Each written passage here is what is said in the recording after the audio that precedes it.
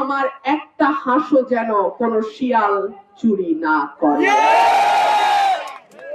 গুনে গুনে হাঁস আপনারা খোয়ারে তুলবেন।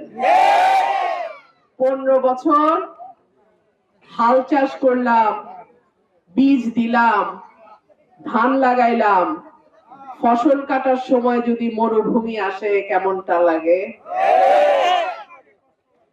ঠিক আছে, আমার হাঁস আমার চাষ করা ধানই খাইব। রাতে ভোট গণনা করে পর্যন্ত কেন্দ্রর পাহারায় থাকবেন। আপনারাই আমার ভোটের হেফাজতকারী। আপনারা একটা দিন আমার জন্য কষ্ট করেন, আগামী 5টা বছর এই দুটো উপজেলাকে আমি উন্নয়নের রোল মডেল করব। আমার মা বোনেরা আমাকে গ্যাসের কথা বলেছেন। ব্রাহ্মণবাড়িয়ায় 1000 নেতা এসছেন, 1000 নেতা গেছেন। ব্রাহ্মণবাড়িয়ার গ্যাস আগে ব্রাহ্মণবাড়িয়ার মানুষ পাবে, তারপরে বাংলাদেশের অন্য এলাকায় যাবে। এই কথা প্রথম বলছি আমি। হাইকমান্ডের ডান হাত, হাইকমান্ডের বাম হাত, হাইকমান্ডের কানা আঙ্গুল, হাইকমান্ডের বুড়া আঙ্গুল, কোন নেতাকেই এই কথা বলতে শুনি নাই। সুতরাং আমার দাবি, আমার এলাকার মানুষের যা দাবি, আমারও তাই দাবি। এলাকার মানুষের প্রার্থী আমি, এলাকার মানুষ যা চাবে সেইটা যে করেই হোক এনে দেওয়ার কাজ হচ্ছে আমার। আপনাদের কাছে আমার হাত জোড় অনুরোধ, 11 তারিখ বিকাল থেকে 12 তারিখ রাত পর্যন্ত যার যার কেন্দ্রের পাহারায় শেষে থাকবেন। একটা জাল ভোট যেন কেউ দিতে না পারে। আমার একটা হাঁসও যেন কোনো শিয়াল চুরি না করে।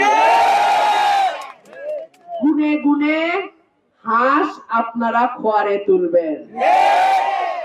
15 বছর হাল চাষ করলাম, বীজ দিলাম, ধান লাগাইলাম, ফসল কাটার সময় যদি মরুভূমি আসে কেমনটা লাগে?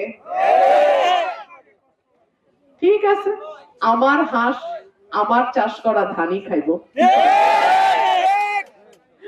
আপনাদের দোয়া চাই, সাহায্য চাই, সহযোগিতা চাই। আর আমার মা বোনরা জানে হাঁস কিন্তু সমৃদ্ধির প্রতীক। একটা হাঁসের একটা ডিম, একটা ডিম একটা ছানা। এইভাবে আমার মা বোনদের ঘরের ইনকাম কিছুটা হইলেও করণ যায় নাকি? আপনাদের সকলের প্রার্থী কিন্তু আমি। যদি মনে করেন অমুক উনি তো ওনার প্রার্থী, ওনারাই জিতায় আনবেন, না, আমি আপনাদের প্রার্থী। আমারে জিতায় আনার দায়িত্ব আপনাদের। আপনারা একটা দিন আমার সাথে থাকেন, আগামী 5টা বছর আপনাদের সুখে দুঃখে বিপদে আপদে ইনশাআল্লাহ আমি থাকবো।